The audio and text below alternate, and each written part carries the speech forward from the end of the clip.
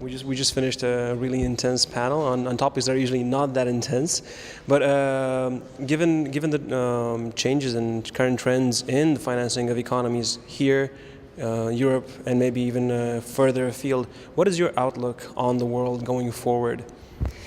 Well, actually, in the payments landscape, the next few years will definitely bring more competition and more innovation. In regards to competition, history has proven that when companies, services and products are protected or exempted from competition, they do not work very well over time. However, if companies, products and services can stand up to competition in a European level or even globally, then they do much better. So in Europe, for example, the second payment service directive that will come into force now will bring many new players and therefore more competition. That's great. And what would you say then is the place that these platforms, such as Bucharest Forum, hold in shaping the conversations on these changes going forward?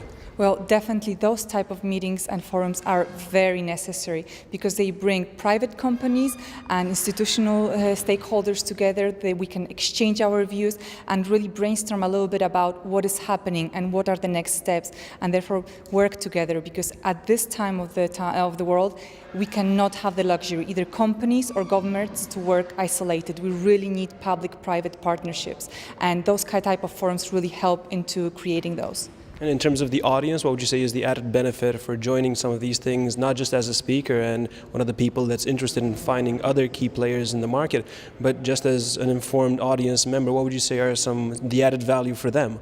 Well, usually the speakers that come are really top-notch ones, and they can give you heads up on the trends that are upcoming. So I think it's very valuable from that perspective. That's great. Could you tell us, just as a final thing, if you have a message for the Aspen community in Romania? Well, keep up the good work and so high-level events, because they really are valuable, I think, that both to private companies and institutional stakeholders. Thank you so much.